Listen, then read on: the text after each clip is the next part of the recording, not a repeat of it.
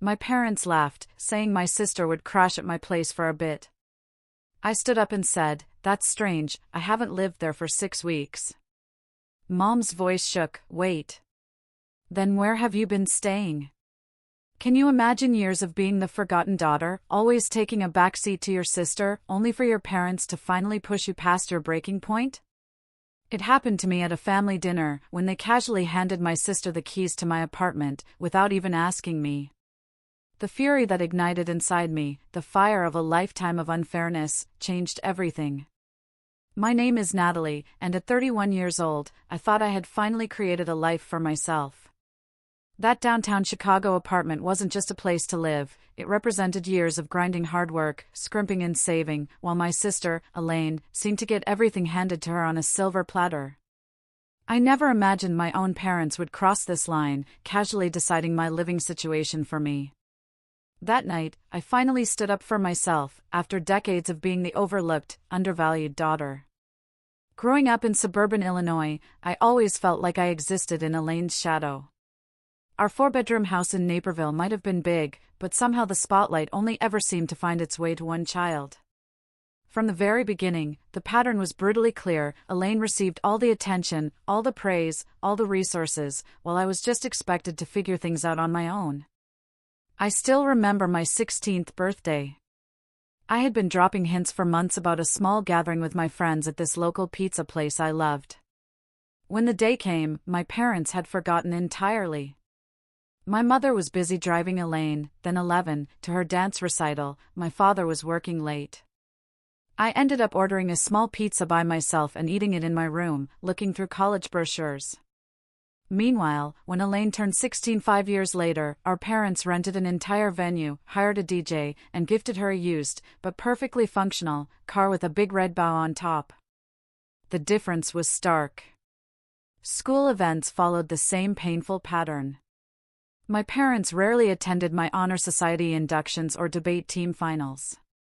When I graduated as salutatorian of my high school class, my mother spent most of the ceremony taking photos of Elaine in the audience, rather than watching me give my speech.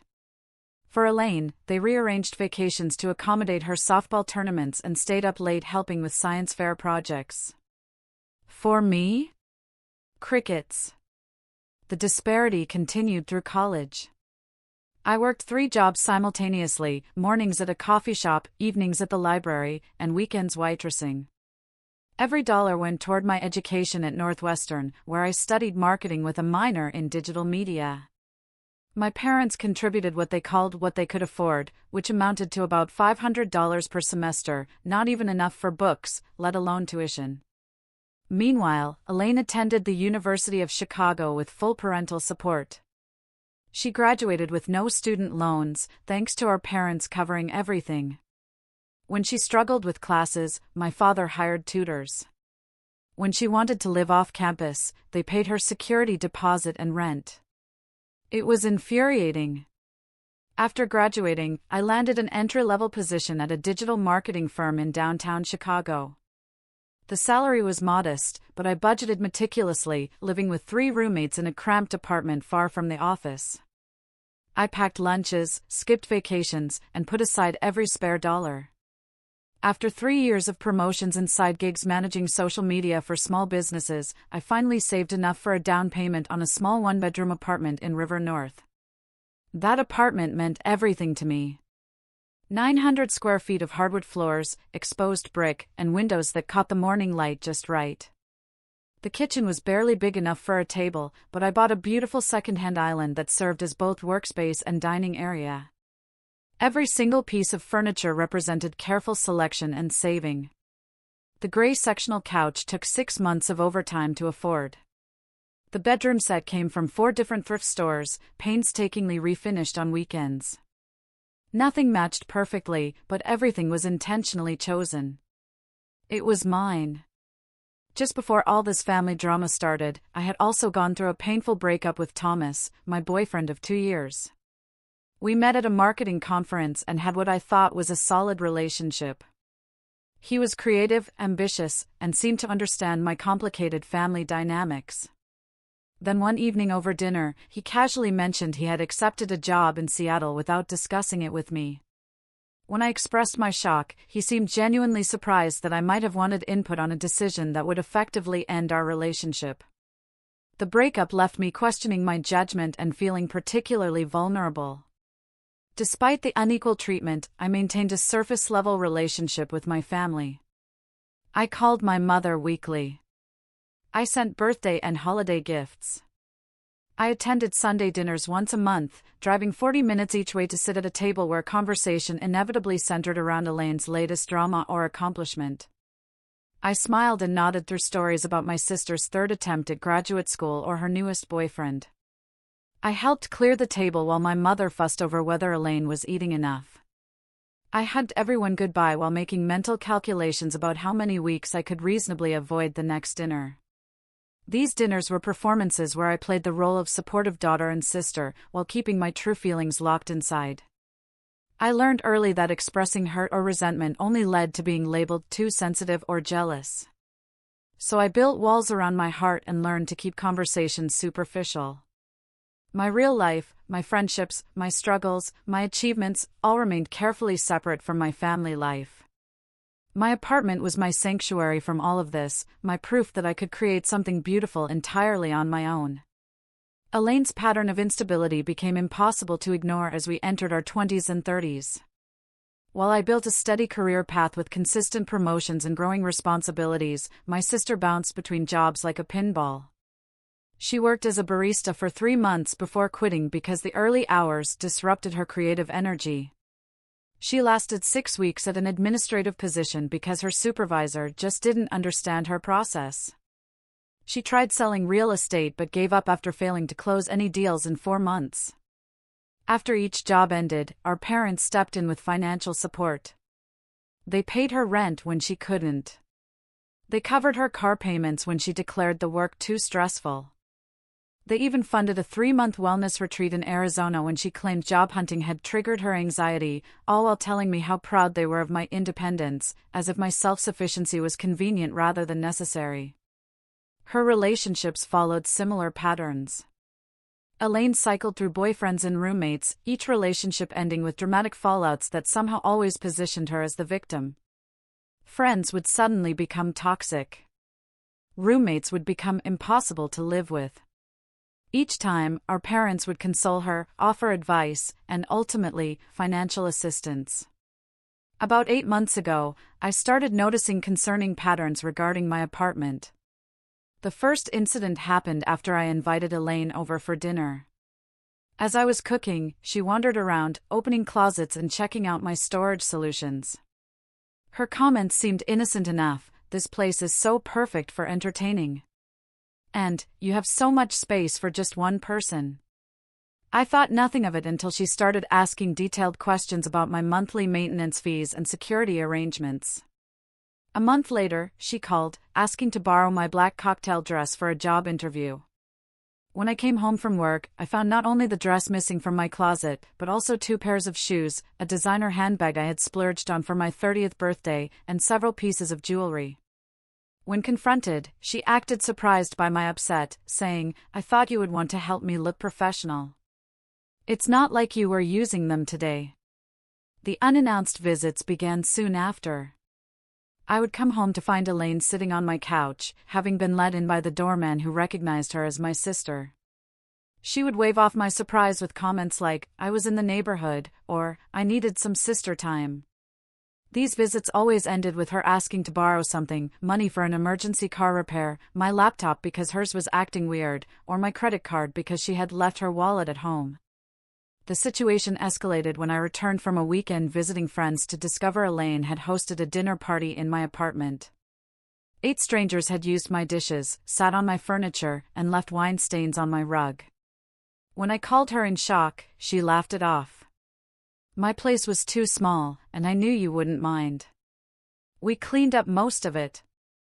I finally confronted her directly, sitting her down over coffee to establish clear boundaries. "Elaine, I need you to understand that my apartment is my private space. You cannot come over without calling first. You cannot borrow my things without asking. And you absolutely cannot host parties here, whether I am home or not." Her response was dismissive. Why are you being so uptight? We're sisters. What's yours is mine, right? You've always been so weird about sharing. When I stood firm, she did what she always did, called our parents. That evening, I received a lecture from our father about family supporting each other and a tearful call from our mother asking why I was being so selfish when Elaine just admires your beautiful home. The only validation came from my friend Jessica, who witnessed one of Elaine's uninvited visits. After my sister left, Jessica turned to me with a concerned expression. Natalie, that was not normal. You know that, right?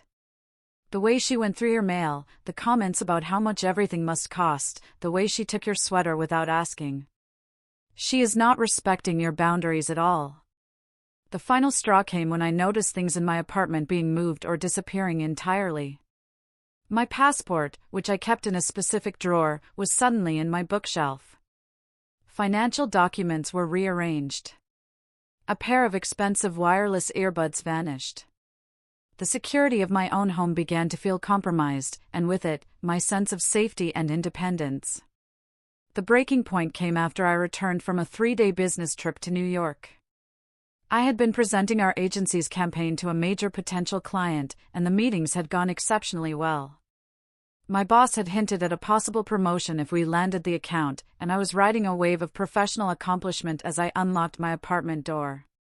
That feeling evaporated instantly. My neat, organized space looked like it had been hit by a small hurricane. Empty wine bottles lined the kitchen counter. Takeout containers spilled from the overflowing bin. My couch pillows were strewn across the floor, and an unfamiliar jacket hung over my dining chair. As I moved through the apartment, in growing horror, the violations multiplied. Multiple towels lay damp on my bathroom floor. My expensive face creams and serums had been used, caps left off, contents significantly diminished. The guest bedding I kept in the hallway closet was rumpled on the couch, along with several blankets I didn't recognize. The most painful discovery waited in my bedroom. My journal, which I kept in my nightstand drawer, lay open on the bed, pages visibly turned and creased. Next to it sat a wineglass with a lipstick smudge that matched the shade my sister typically wore. The invasion of this most private space, the words I had written about my feelings, my therapy journey, my deepest insecurities, it was breathtaking in its violation. I called Elaine immediately, my hands shaking with an anger I rarely allowed myself to feel. When she answered with a casual, "Hey sis," I could barely form coherent sentences. My apartment. You were in my apartment with people. You read my journal. Her response was so predictable, it would have been comical in any other circumstance. Oh, that. Yeah, I needed a break from my roommates. They've been super annoying lately, having loud sex and smoking inside. I just needed somewhere quiet to crash for a couple nights. A couple nights? How long were you here? Who else was here? My voice had risen to a shout. Just a few friends. And only for like 3 nights, maybe 4. We cleaned up. That's a blatant lie. You went through my personal things. You read my private journal. You had strangers sleeping in my home without my knowledge or permission. Her voice immediately shifted to the wounded, tearful tone she used whenever confronted with consequences. Why are you yelling at me? I was in a really bad place emotionally. My roommate situation is toxic, and I just needed my big sister. I thought you would understand. I thought you would want to help me. Before I could respond, my phone beeped with an incoming call from our mother. Of course, right on cue. I declined it, but seconds later, Elaine said, "Mom wants us both at dinner tomorrow night. She says it's important." The emergency family dinner the next evening had all the elements of a carefully orchestrated intervention, except I was the one being intervened upon, rather than the person who had violated boundaries. My parents' house looked exactly as it always had, family photos dominated by Elaine's achievements, furniture arranged to showcase my mother's collection of porcelain figurines, the faint smell of my father's pipe tobacco despite his doctor's orders to quit years ago. The tension was palpable as we sat down to my mother's pot roast. My father cleared his throat several times, a sure sign he was preparing for what he considered a serious conversation. My mother fluttered around, refilling water glasses no one had drunk from and rearranging serving dishes that needed no adjustment. After a painfully silent 15 minutes of eating, my father put down his fork with deliberate precision. "Your sister has had some challenges recently," he began, as though Elaine were not sitting directly across from me, studying her plate. "Her landlord has been completely unreasonable." My mother jumped in, "Completely unreasonable. Raising the rent with no warning." "There was warning," Elaine mumbled, 2 months ago." I remained silent, already seeing where this was heading. My father continued, "The point is, your sister needs some temporary assistance. We have always taught you girls that family helps family." "Family helps family," my mother echoed, reaching over to squeeze Elaine's hand. "And we know you have that lovely apartment with plenty of space." "Elaine was evicted," I stated flatly. "That is what this is about, isn't it? She didn't pay her rent again, and now she has nowhere to go." My parents exchanged glances. My mother's lips tightened into a thin line. "It's not an eviction if you leave voluntarily before it gets to that point." "We gave her the money for rent," my father added, a note of confusion entering his voice, "last month. And the month before." Elaine suddenly became very interested in rearranging the peas on her plate. "So, what exactly are you asking me?" I knew the answer, but I wanted them to say it explicitly. "We think it would be best if Elaine stayed with you for a little while," my mother said, her voice taking on the syrupy sweetness she used when trying to manipulate a situation, "just until she finds a new place." "A few months at most." "Absolutely not." The firmness in my voice surprised even me. "Natalie," my father said, his tone hardening. "Your sister needs help. This is what family does." "No, this is what our family does for Elaine. When I needed help with college tuition, I got a third job. When I needed a place to live, I found roommates and worked overtime. When I wanted to buy an apartment, I saved for years." "That is different," my mother interjected. "You have always been so independent, so capable, and that became the excuse for giving me nothing while giving her everything." I said, the words I had swallowed for years finally spilling out. "I am not letting her move into my home. Not for a day, not for a week, certainly not for months." "You have 2 bedrooms, my father argued, his face reddening. "I have 1 bedroom and a home office that I need for my job. And even if I had 10 bedrooms, the answer would still be no. Elaine does not respect boundaries. She has proven that repeatedly." "Oh, boundaries," my mother said dismissively, waving her hand as if swatting away an annoying fly. "You and your boundaries. Sisters should share and support each other.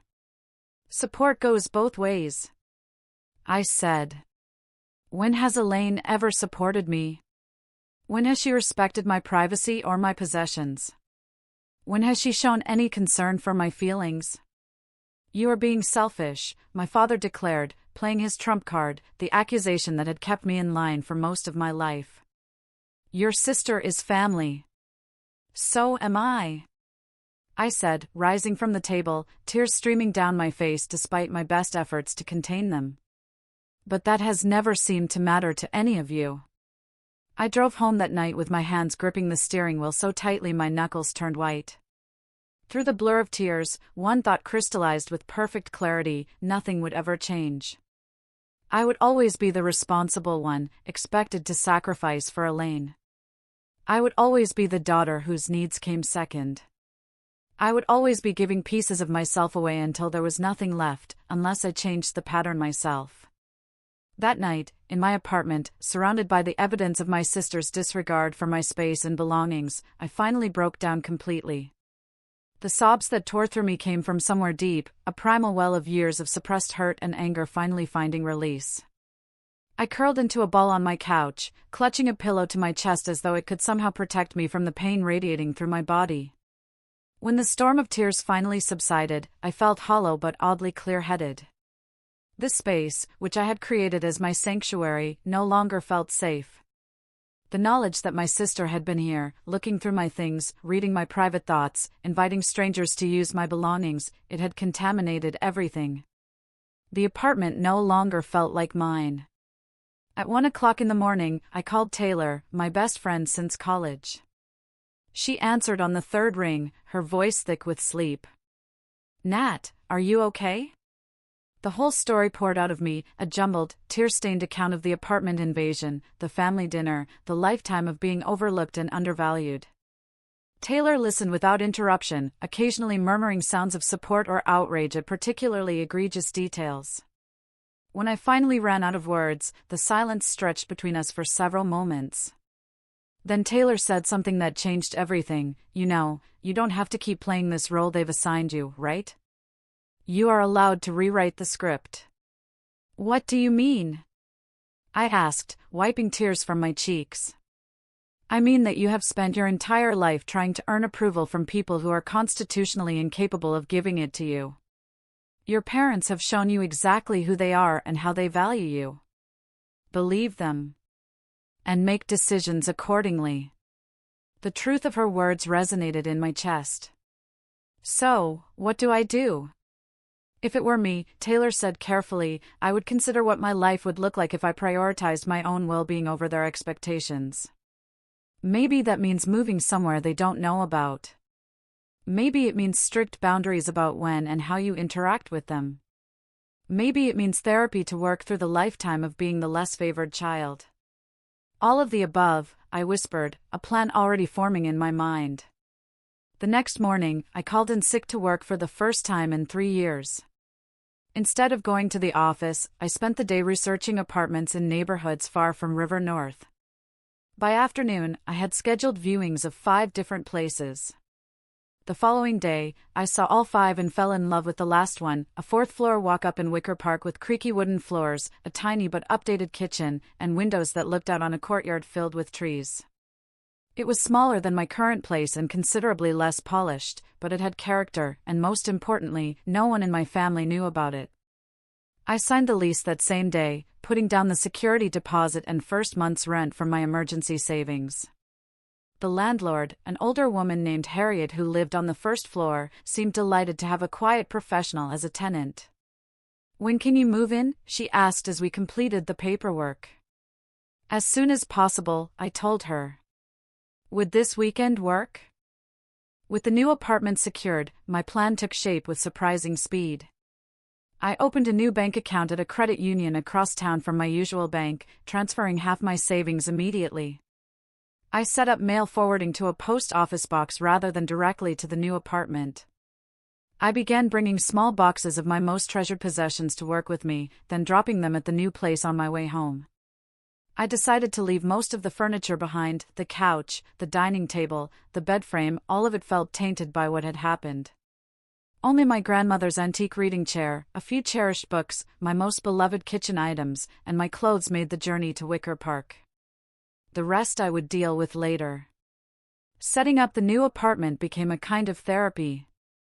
Each item I brought was carefully considered. Did it bring me joy? Did it serve a purpose? Was it free from negative associations? The resulting space was minimalist but deeply personal. I splurged on new bedding, a soft duvet in shades of blue and green that reminded me of the ocean. I hung plants in the windows and photographs of friends on the walls. I bought a second-hand desk that fit perfectly in the alcove by the window, creating a workspace that felt both productive and peaceful. As the new place took shape, I felt a weight lifting from my shoulders. For the first time in my adult life, I had created a space that was completely unknown to my family, a sanctuary in the truest sense of the word. The practical aspects of my disappearing act required careful planning. I changed the passwords on all my accounts. I spoke with my supervisor at work, explaining in vague terms that I was dealing with a family situation and needed to update my contact information. I arranged for packages to be delivered to an Amazon locker rather than to either apartment. I told only 3 people my new address: Taylor, Jessica, and my therapist, whom I had started seeing weekly. During the 6-week transition period, I maintained minimal contact with my family.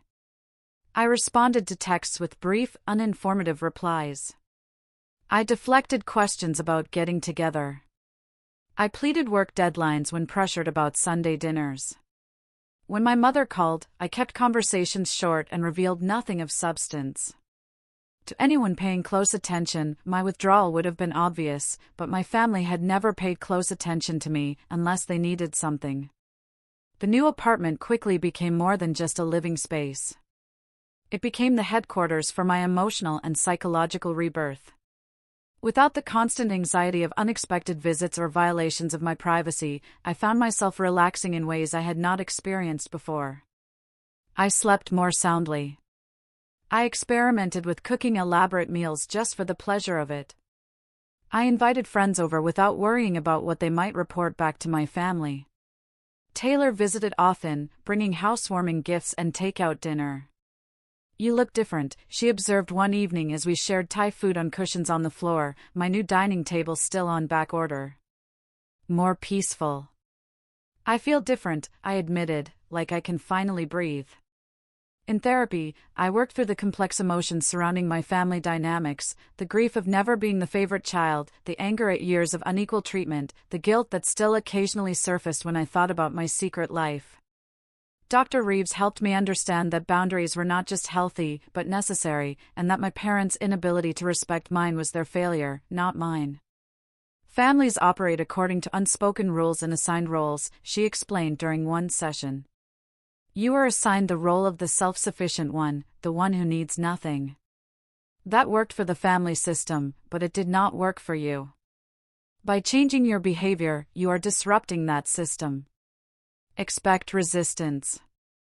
The resistance, when it came, was exactly as predicted. As the weeks passed, my parents' messages became increasingly urgent. My mother's texts evolved from casual check-ins to worried inquiries about my health and well-being. My father, who rarely communicated directly, began calling on his drive home from work. Elaine predictably vacillated between angry accusations and tearful apologies, depending on what she thought might get a response. I monitored it all from the peaceful distance of my new home, responding just enough to prevent an actual wellness check, but never revealing my true situation. What space taught me was how quickly their worry about my well-being transformed into irritation when I failed to behave according to the established pattern. By the 6-week mark, I had settled fully into my new life. My name was on the mailbox. I knew the best coffee shop within walking distance and had become a regular at the farmer's market every Saturday.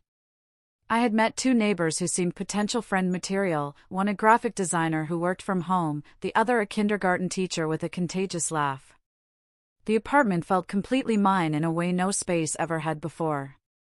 I knew a confrontation with my family was inevitable. I even knew it would be painful. What I didn't know was exactly when or how it would happen. As it turned out, my mother made that decision for me with a text that simply read, "Emergency family dinner tomorrow night. No excuses. 6 p.m. sharp." In the weeks leading up to that fateful dinner, my parents' attempts to contact me had grown increasingly frantic. My phone would light up with my mother's name 5 or 6 times a day, the voicemails growing progressively more dramatic. "Natalie, honey, we are getting worried about you," then, "Natalie, please call us back. We just want to know you are okay," and finally, "Natalie Thompson, I am your mother, and I demand you call me back immediately." My father's approach was more direct. "Your mother is worried sick. Call home," and later, "This behavior is unacceptable, Natalie. Family does not just disappear."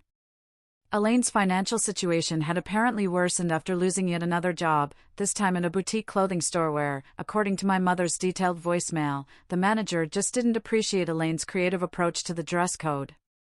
The subtext was clear: Elaine needed help, which meant I was expected to provide it. I had become skilled at deflecting questions about my whereabouts. When my mother asked if I would be at Sunday dinner, I replied that I had a work commitment. When my father texted asking if I could help move some furniture, I said I was fighting a cold. When Elaine asked if she could crash on my couch just for tonight, I claimed my apartment was being painted. These excuses worked because my family had always accepted my independence as a fixed character trait rather than a hard-won achievement. They assumed I was just being difficult or going through some phase. It never seemed to occur to them that I might have taken actual steps to protect myself from their encroachment. The emergency family dinner text arrived on a Tuesday morning. My immediate instinct was to ignore it. But Dr. Reeves had been helping me recognize the difference between avoidance and boundaries. Avoiding my family indefinitely was not a sustainable solution. Establishing clear boundaries with them was. This dinner might provide the opportunity to do exactly that. "I will be there," I texted back to my mother, 3 simple words, immediately triggering a flurry of happy face emojis in response. As I drove to my childhood home that Thursday evening, my stomach clenched with anxiety. I had prepared as thoroughly as possible, rehearsing responses to likely scenarios with both Taylor and Dr. Reeves. I had meditated that morning, gone for a long run, and worn an outfit that made me feel confident, a tailored blazer over a simple blouse and jeans. Still, as I parked in the driveway, the familiar weight of family expectations settled on my shoulders. The house looked exactly as it always did, my mother's carefully tended flower beds, my father's meticulously trimmed lawn, the porch light welcoming visitors while the interior revealed warm golden light through partially drawn curtains. The perfect suburban tableau. I took a deep breath, straightened my shoulders, and rang the doorbell rather than using my key. A small act of separation that didn't go unnoticed by my mother when she opened the door. "Since when do you ring the bell?" she asked, her attempt at lightness undermined by the tension around her eyes. "This is still your home, you know." "Is it?" I replied quietly, stepping past her into the foyer. The atmosphere inside was thick with unspoken tension. My father sat in his usual recliner, newspaper folded beside him, pretending to watch a baseball game with the volume turned low. Elaine perched on the edge of the sofa, scrolling through her phone with faux nonchalance. She glanced up as I entered, her expression unreadable. "Dinner will be ready in 10 minutes, my mother announced, hurrying back to the kitchen. "I made your favorite pot roast with those little red potatoes you like." It was Elaine who loved those potatoes, not me. I had been vegetarian for 3 years, a fact my mother consistently forgot or ignored. Rather than correcting her, I simply nodded and took a seat as far from Elaine as possible. Dinner was a masterclass in passive-aggressive communication. My mother filled every silence with nervous chatter about neighbors and distant relatives. My father punctuated her stories with occasional grunts of acknowledgement. Elaine pushed food around her plate, contributing nothing. I answered direct questions with minimal responses, waiting for the real purpose of this gathering to emerge. It came, as family bombshells often do, with dessert. My mother had made apple pie, not my favorite, but Elaine's. And as she served it with unnecessary flourish, my father cleared his throat. "Your sister has had some temporary setbacks," he began, as though continuing a conversation we had been having all along. "Job market is tough right now, very competitive." My mother nodded vigorously. "So competitive. And rental prices are just outrageous these days." I said nothing, taking a small bite of pie. "The thing is," my father continued, reaching into his pocket, "we think we have found a good solution. Temporary, of course, until Elaine gets back on her feet." With deliberate ceremony, he placed a set of keys on the table between us. "My keys. To my River North apartment. We think it makes perfect sense for your sister to use your place for a while," my mother said, her voice bright with false certainty. "You have all that space, and you are at work most of the time anyway." "We already spoke to your building manager," my father added. "Mr. Peterson, nice fellow. He said it is no problem to add Elaine to your lease temporarily." I stared at the keys. A strange calm settling over me. "You spoke to my building manager without talking to me first?" "We knew you would agree once you thought about it," my mother said. "Family helps family." Elaine finally looked up, a small, victorious smile playing at the corners of her mouth.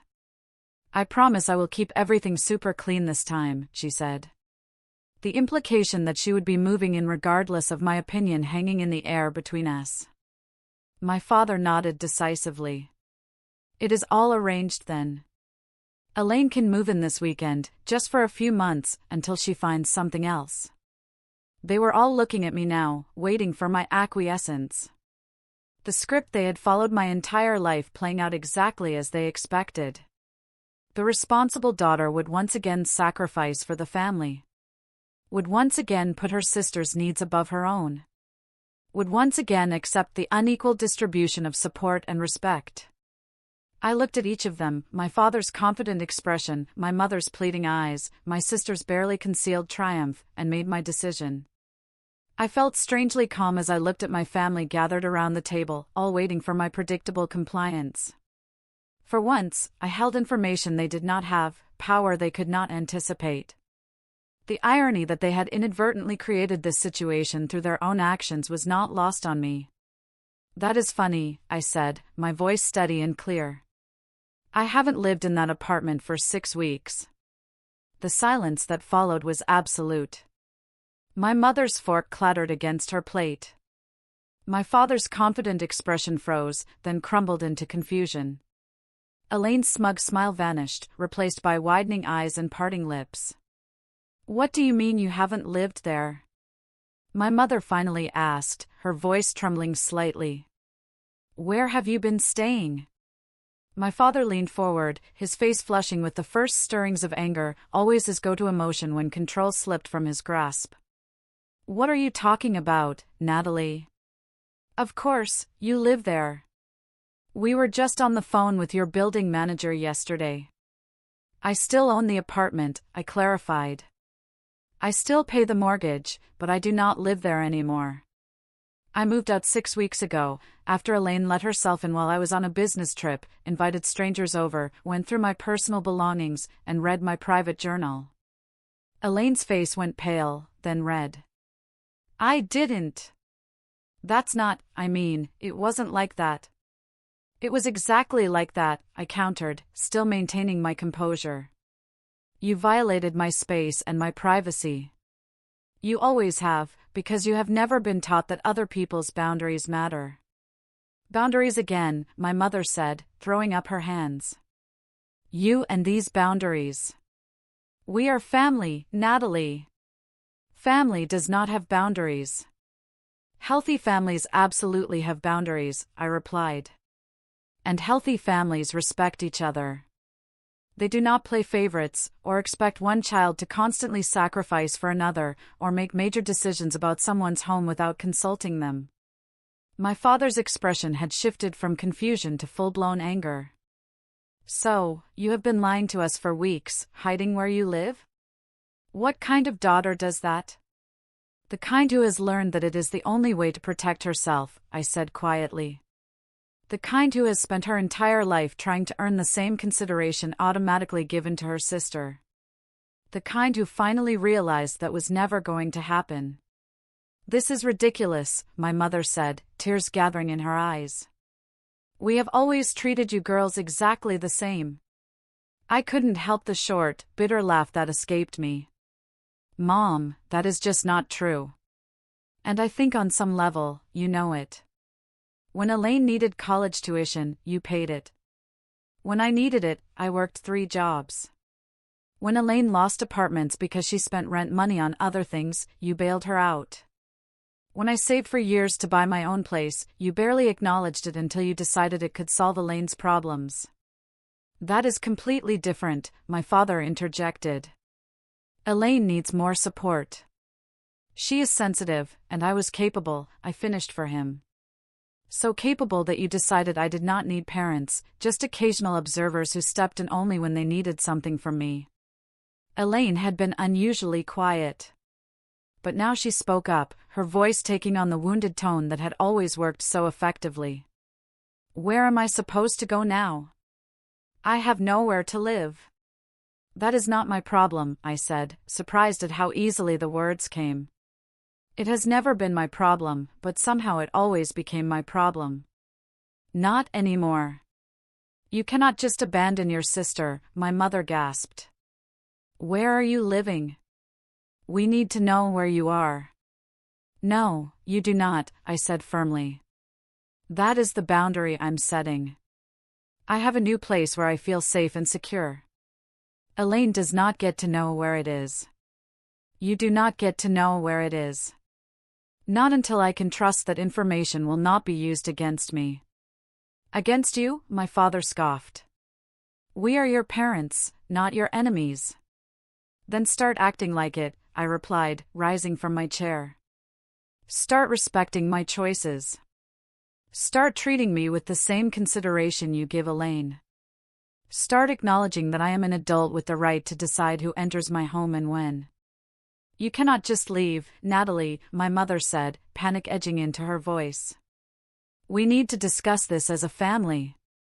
I have been trying to discuss this my entire life, I said, gathering my purse.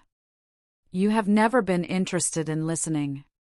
When you are ready to have a real conversation, one where my feelings and needs matter as much as Elaine's, you know how to reach me. And if we need to see you, if there is an emergency, my father's voice had lost some of its certainty. You can call or text if it is a genuine emergency and not another attempt to manipulate me into solving Elaine's problems. I will respond. Elaine was crying now. Real tears streaming down her face. You are being so mean.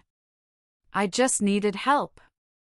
For the first time, I looked directly at my sister, seeing not the perpetual victim she portrayed, but the adult who had consistently chosen to take rather than ask, to assume rather than earn. You have always needed help, Elaine, and I have always given it, even when it hurt me to do so. That ends today. It is time for you to solve your own problems. As I walked toward the door, my mother followed, her hands fluttering anxiously. You cannot just walk away from family, Natalie. Family is forever. I paused, my hand on the doorknob. I am not walking away from family, Mom. I am walking away from the role you assigned me in this family. I am still your daughter. I still love you. But I will not be Elaine's safety net anymore, and I will not be the dependable one you only notice when you need something. The drive back to my new apartment was surreal. My hands should have been shaking. My heart should have been racing. Instead, I felt a profound sense of peace washing over me. For the first time in my adult life, I had spoken my truth without apology or modification. I had set a boundary and held it, despite the emotional manipulation that had always worked before. As I climbed the 4 flights of stairs to my apartment, I realized I was smiling. The space that greeted me felt more like home than anywhere I had ever lived. Not because of the furnishings or the location, but because it represented a choice I had made entirely for myself. A choice to value my own well-being. A choice to rewrite the script of my family relationships. A choice to finally truly put myself first. The days following the confrontation brought a storm of emotions I had not fully anticipated. Relief came first, a profound unburdening that left me feeling physically lighter. Then came waves of doubt. Had I been too harsh? Should I have found a gentler way to establish boundaries? Was I destroying my family relationships beyond repair? Guilt followed, deeply ingrained from years of being told that family obligation trumped personal needs. And underneath it all, a current of grief for the supportive family I had always wanted but never truly had. The initial loneliness was harder than I expected. Sunday evenings, when I would normally have been at family dinner, felt particularly empty. I filled them with new rituals, calling friends, taking long walks through my neighborhood, cooking elaborate meals just for myself, attending community yoga classes at the studio down the street. Slowly, the emptiness began to feel less like deprivation and more like possibility, a canvas waiting for new connections and experiences. My phone became a battlefield of emotional manipulation. My father's messages were curt and accusatory. Your mother is heartbroken. Elaine had to move in with a coworker. This is not how we raised you. My mother alternated between guilt trips, I cried myself to sleep last night, and desperate attempts at normalcy. I saw a blouse today that would look lovely with your coloring. Elaine's approach was the most erratic, ranging from vicious attacks, "You have always been jealous of me," to pathetic pleas, "I have nowhere to go," to attempts at boundary crossing, "Just tell me your new address." "I promise I will not tell Mom and Dad." I responded to none of them at first, using the techniques Dr. Reeves had taught me to acknowledge the emotions their messages triggered without feeling compelled to act on them. Instead, I focused on building my new life. I joined a book club that met at the local independent bookstore. I volunteered at a weekend food pantry. I accepted dinner invitations from coworkers I had previously kept at a professional distance. Each new connection reminded me that family could be chosen, not just inherited. After 3 weeks of silence, I finally responded to one of my mother's messages, a simple note asking about my father's upcoming birthday. This opened a careful, limited channel of communication. I answered texts but ignored emotional manipulation. I deflected questions about my location. I responded to updates about extended family, but not to news about Elaine's latest crisis. It was exhausting at first, this constant vigilance, but gradually it became second nature. 5 weeks after the confrontation, I agreed to meet my parents at a coffee shop halfway between their house and my office. The neutral territory was deliberate, suggested by Dr. Reeves as a way to avoid the emotional triggers of the family home. I arrived early, selecting a table near the door, both for easy escape if needed, and to allow me to watch their arrival. They looked older somehow, my parents. My father's shoulders slightly more stooped, my mother's smile a bit more strained. They spotted me immediately, my mother raising her hand in an uncertain wave, my father nodding stiffly. As they approached, I noticed they were both dressed formally, my father in a button-down shirt rather than his usual weekend polo, my mother in her church dress rather than casual clothes. They were treating this like an official meeting, which was both amusing and sad. "You look well," my mother said after the awkward exchange of greetings. Her eyes scanned me as though checking for visible signs of distress or hardship. "I am well," I confirmed, sipping my latte. "Work is good. Life is good." My father cleared his throat. "Your sister asks about you." Of course, that would be his opening gambit. I nodded but offered nothing in response. The conversation that followed was halting and uncomfortable, full of long pauses and careful navigation around sensitive topics. My mother talked about the neighbors, her garden club, a recipe she had tried recently. My father mentioned a problem with the gutters, the baseball season, a documentary he had watched. I shared limited details about a work project, a movie I had enjoyed, a new coffee shop near my office. We were like actors performing a family conversation without any of the ease or intimacy that should have accompanied it. It was my mother who finally broke through the superficial exchange. "We miss you," she said suddenly, her voice catching. "The house feels empty without you coming for Sunday dinners." "I have not lived at home for 12 years, Mom," I pointed out gently. "I know, but you are still part of our routine, part of our lives." Tears welled in her eyes. "I do not understand why that had to change." My father, uncomfortable with emotional displays, shifted in his seat. "What your mother is trying to say is that we may have taken your independence for granted. Your consistency." It was perhaps the closest thing to an admission of fault I had ever heard from him. I waited, allowing the moment to breathe. "I never meant to make you feel less important than your sister," my mother continued, dabbing at her eyes with a napkin.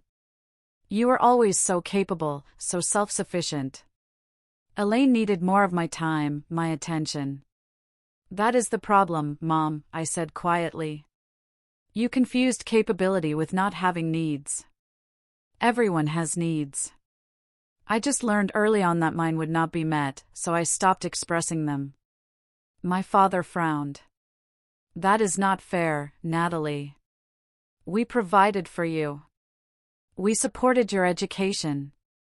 "You paid $500 per semester toward my education," I corrected. "I worked 3 jobs to cover the rest. You paid for Elaine's entire degree, plus her apartment, plus spending money. Can you see how different that is?" He opened his mouth to argue, then closed it again, something like realization dawning in his eyes. "We never meant to hurt you," my mother whispered. "I believe that," I said. "But you did hurt me, and you continued hurting me even when I tried to establish boundaries." The apartment situation was just the final straw. Giving Elaine keys to my home without even asking me, that showed me exactly how little you respected me as an adult with my own life. My father looked down at his untouched coffee. "We should have asked you first." The simple acknowledgement, so long in coming, loosened something in my chest. "Yes, you should have." "Can you forgive us?" my mother asked, reaching across the table for my hand. I let her take it, but my response was measured. Forgiveness is a process, not an event. I am working on it, but rebuilding trust will take time and consistent effort from all of us. "And Elaine?" my father asked. "She is still your sister. Elaine and I will need to find our own way forward," I said firmly. "That is between her and me." "She is staying with her friend Jasmine right now," my mother offered. "But it is not ideal, very small apartment." I recognized the subtle attempt to reactivate my sense of responsibility and shook my head. "Mom, I am not responsible for Elaine's housing situation." "That is exactly the pattern we need to break." They both looked uncomfortable but did not argue further. As we prepared to leave, my mother asked the inevitable question, "When will we see you again? Will you come to Sunday dinner next week?" "Not yet," I said. "Honestly, I need more time, but maybe we could meet for coffee again in a couple of weeks." It was a small step, but their cautious smiles suggested it was enough for now. Elaine was noticeably absent from that first meeting and from the careful text exchanges that followed. 3 weeks later, I received a message from her that stood out from her previous communications: "I am starting therapy. The therapist says I should apologize to you when I am ready. I am not ready yet, but wanted you to know I am working on it." It was the first time my sister had ever acknowledged, even indirectly, that her behavior might require amends. I sent back a simple response: "I am proud of you for taking that step." In my own therapy sessions, Dr. Reeves helped me process the complex emotions of rebuilding family relationships on new terms. "What you are doing is incredibly difficult," she acknowledged. "You are not just changing your own behavior. You are asking an entire family system to change patterns established over decades." There would be backsliding, particularly when my mother began making cautious inquiries about my new address, or when my father hinted that family gatherings would be so much simpler if Elaine and I could just put the past behind us. Each time, I gently but firmly redirected, reinforcing the boundaries I had established. Meanwhile, my life in Wicker Park flourished. I befriended Zoe, the kindergarten teacher from down the hall, who introduced me to her circle of friends. I joined a community garden on the block, tending to herbs and vegetables in a small plot that connected me to neighbors of all ages. I accepted a promotion at work that acknowledged the quality of my contributions rather than just my reliability. Most importantly, I developed a new relationship with myself. Without the constant drain of family expectations and boundary violations, I discovered interests and aspects of my personality that had been suppressed for years. I took a pottery class and found I had a natural aptitude for working with clay. I joined a hiking group that explored state parks within driving distance of Chicago. I began writing short stories, something I had enjoyed in college but abandoned in the demands of adult life. 6 months after that confrontation at my parents' dinner table, I invited them to meet me at a restaurant near my new apartment. It was a calculated risk, bringing them into my neighborhood, but one that felt right. After dinner, I walked them to my building, but did not invite them up, the boundaries still holding firm, but softening enough to allow them this knowledge. "It looks nice," my father said, studying the brick facade with approval. "Good neighborhood." "It is," I agreed. "I am happy here." My mother squeezed my hand. "That is what matters, honey, that you are happy." I smiled, recognizing the genuine sentiment behind her words. Our relationship was far from perfect, still imbalanced in many ways, still carrying the shadows of old patterns. But it was evolving, reshaping itself into something that might, with continued effort on all sides, eventually become healthy. As for Elaine, our reconciliation came more slowly. 3 months of therapy helped her recognize patterns in her own behavior, and she reached out with a genuine apology that acknowledged specific actions rather than making vague excuses. We began with carefully structured interactions, coffee dates with clear start and end times, activities that did not involve my home or possessions. Slowly, cautiously, we began rebuilding a relationship based on mutual respect rather than the dysfunctional dynamics of our childhood. The journey of setting boundaries and rebuilding family relationships on healthier terms is ongoing. There are still difficult conversations, still moments when old patterns threaten to reassert themselves.